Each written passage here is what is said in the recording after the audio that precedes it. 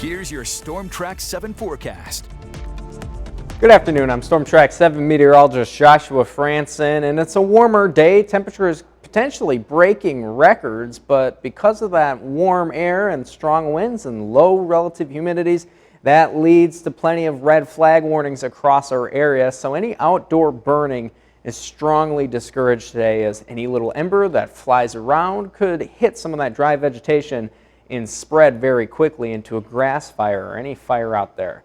But those winds are really strong today, which leads to those temperatures increasing. Potential gusts up to 35 miles an hour today. We'll see them fall off later into the evening before eventually ramping up a little bit more tomorrow. Not too strong, just breezy out of the north. We'll actually make way for a cooler day tomorrow, but still technically above average. But here is your record highs and your forecasted highs for today. As you can see, Waterloo, Cedar Rapids, and Iowa City all have the potential to break those highs today as well. They're going to be into the lower 70s, which is quite crazy for this time of year, but still, I mean, we'll take the nice warm weather. But in terms of sky conditions, pretty much remaining mostly sunny with a couple passing high-level clouds throughout the day.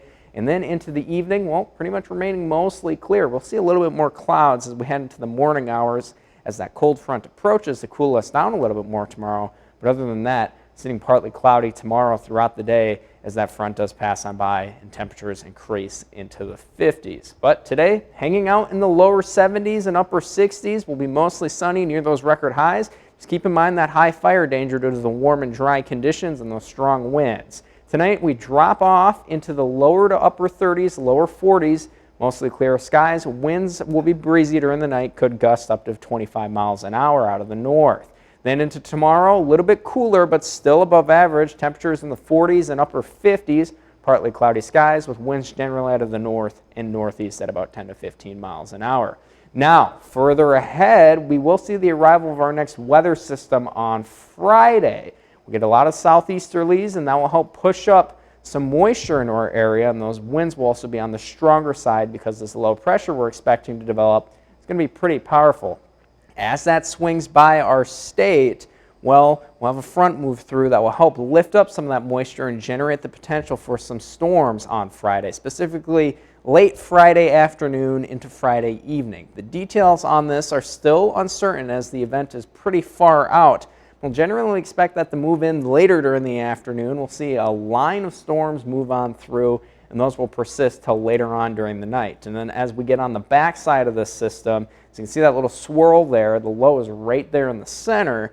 We'll probably catch some rain from this as well on Saturday when we begin to cool off. But as of now, there is a level 2 out of 5 severe weather risk Friday into Friday night. And this is for basically all hazards, including tornadoes, damaging winds, and hail. Now, many details could change.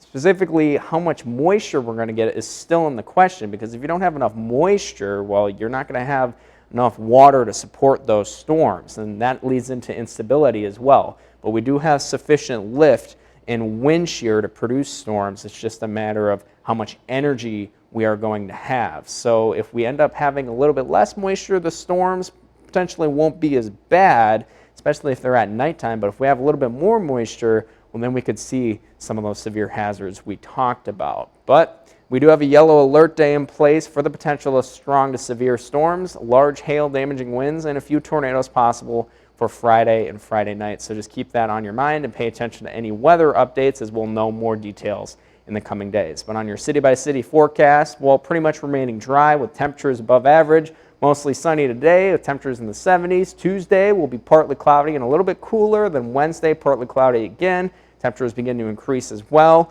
Then we see them once again jump back up into the 70s on Thursday. Notice how the wind swaps out of the southeast here and then out of the south-southeast on Friday at 15 to 25 miles an hour, potentially gusting up to 35. That's why we'll see that storm chance move on through. Front moves through with those storms. That drops us off in temperatures in terms of temperatures Saturday, with a chance for some rain and then maybe some snow a little bit later in the evening. I do think this will primarily be rain with a temperature above freezing. And then Sunday will still be windy, partly cloudy skies, a little bit cooler. Temperatures get a little bit warmer for St. Patrick's Day, and then we'll eventually see them hang around in the 50s.